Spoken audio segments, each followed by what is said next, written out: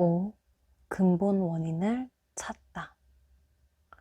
그럼에도 강박 행동을 멈추는 것이 마음대로 안 되는 경우가 대부분입니다. 증상이 너무 강한 경우에는 우리가 이해한 뇌과학적 지식을 통해 이 증상을 완전히 수용한 상태라 할지라도 강박 행동을 멈추는 것은 쉽지 않습니다. 하지만 강박사고를 취소하기 위해서 하고 있는 강박 행동을 멈추는 것은 반드시 필요한 작업입니다. 강박 행동을 멈추지 않으면 악순환의 고리가 계속 맞물려 돌아가게 됩니다. 강박 증상과 근본 원인 모두를 각각 해결해야 한다고 했습니다. 강박 행동을 멈추는 것이 강박 증상 자체를 멈추게 하기 위한 가장 우선시 되어야 하는 첫 걸음이자 행동적 지표입니다. 이를 해결하기 위해서 우리는 문제의 핵심이 담겨 있는 아나피질에서의 자극을 바꿔줄 필요가 있습니다. 이 부분에 대한 방법론이 문제 해결을 위한 실마리가 되는 경우가 많았습니다. 겉으로 보기에는 기어 변속 장치인 꼬리핵에 문제가 생긴 것으로 보이지만 사실은 그 꼬리핵에서 다음 행동으로 넘어가는 것을 판단하도록 정보를 제공하는 아나피질에서 문제가 생긴 것일 수 있기 때문입니다. 단순히 뇌과학적 지식을 알더라도 쉽게 멈추기 힘든 이유는 생각에 감정이 더해지지 않았기 때문입니다. 우리는 오류를 감지하기 위해서 생각과 감정을 결합하는 형태의 시스템을 갖추고 있습니다. 생각과 사고가 정보라면 감정은 에너지입니다. 생각이 바늘이라면 감정은 실입니다. 핵심은 이 두 가지가 모두 있어야만 정확한 판단을 할 수 있다는 것입니다. 그렇기 때문에 이 둘의 연결성이 가장 중요합니다. 이것이 아나피질에서 일어나는 일입니다. 그래서 만약 글을 읽고 어떤 큰 감정적 동요가 일어났다면 증상이 완화되는 경험을 하실 수 있는 것입니다. 아나피질에서는 실수를 감지하고 옳고 그름을 판단해서 접근할지 회피할지를 결정합니다.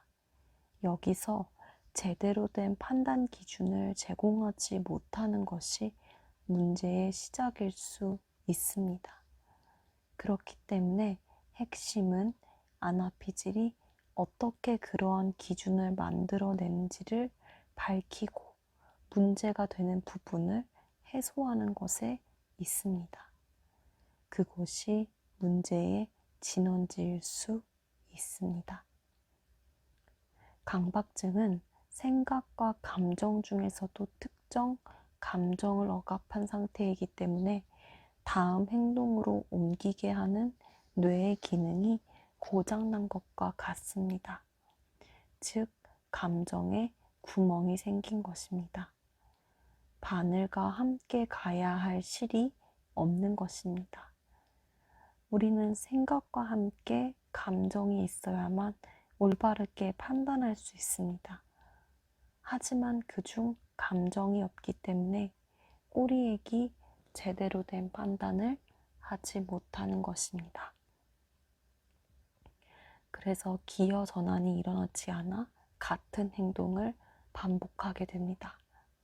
강박 증상에서 느끼는 것은 공포, 불안, 두려움과 같은 대상 회전에서의 본능 수준의 감정적 반응입니다.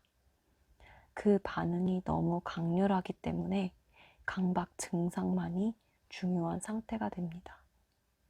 일반적이라면 올바른 감정을 통해 분별하고 다음 행동으로 넘어가야 하지만 올바른 감정이 억압되어 있는 것입니다. 분별력과 중요성을 만드는 세부적인 감정들은 숨겨진 상태입니다. 우리가 일상생활을 하기 위해 꼭 필요한 것이 이러한 세부 감정들입니다.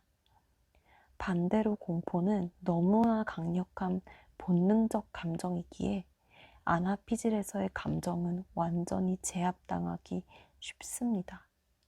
그래서 다음 행동으로 넘어가지 못합니다. 실제로 강박 증상을 겪는 내담자들의 경우 감정을 떠오르지 못하는 경우가 많았습니다.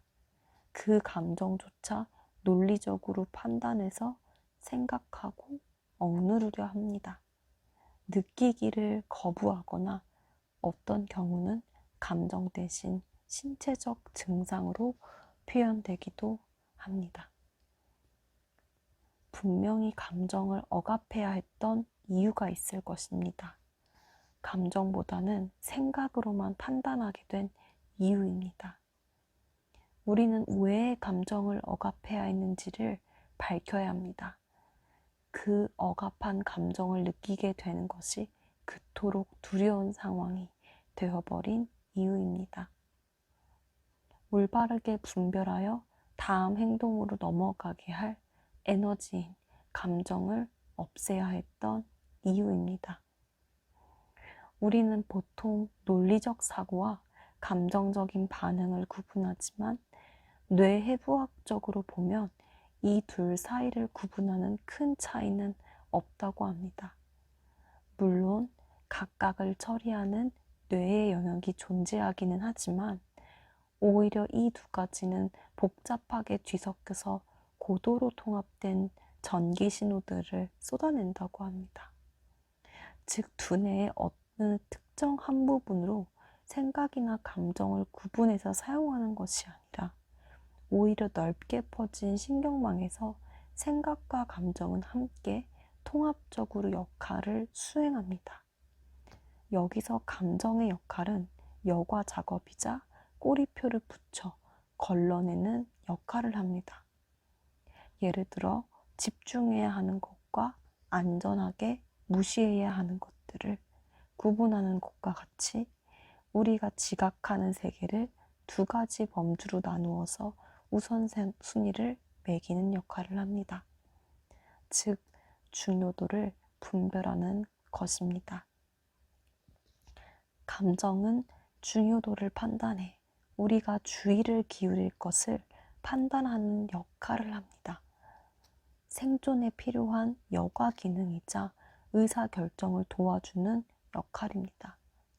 우리는 절대 이성적으로만 무언가를 판단하지 않습니다. 그것이 옳지도 않습니다. 이 세상은 논리만으로 움직이는 것이 아니기 때문입니다. 일반적으로 신경증은 감정이 남아있는 상태에서 그 감정이 생긴 이유인 생각이 억압되어 사라진 상태입니다. 그래서 그 감정을 가지고 올바른 생각을 찾게 하는 방식으로 증상의 해소를 만들어낼 수 있습니다. 반대로 강박은 생각만 남아있는 상태에서 그 생각과 함께 있어야 할 감정을 억압한 상태입니다. 그 부분에 대한 해결을 하는 것이 문제의 실마리이자 시작점입니다. 그렇기 때문에 우선 억압한 세부적인 감정을 되살리는 것이 치유를 위한 핵심이 되기도 합니다.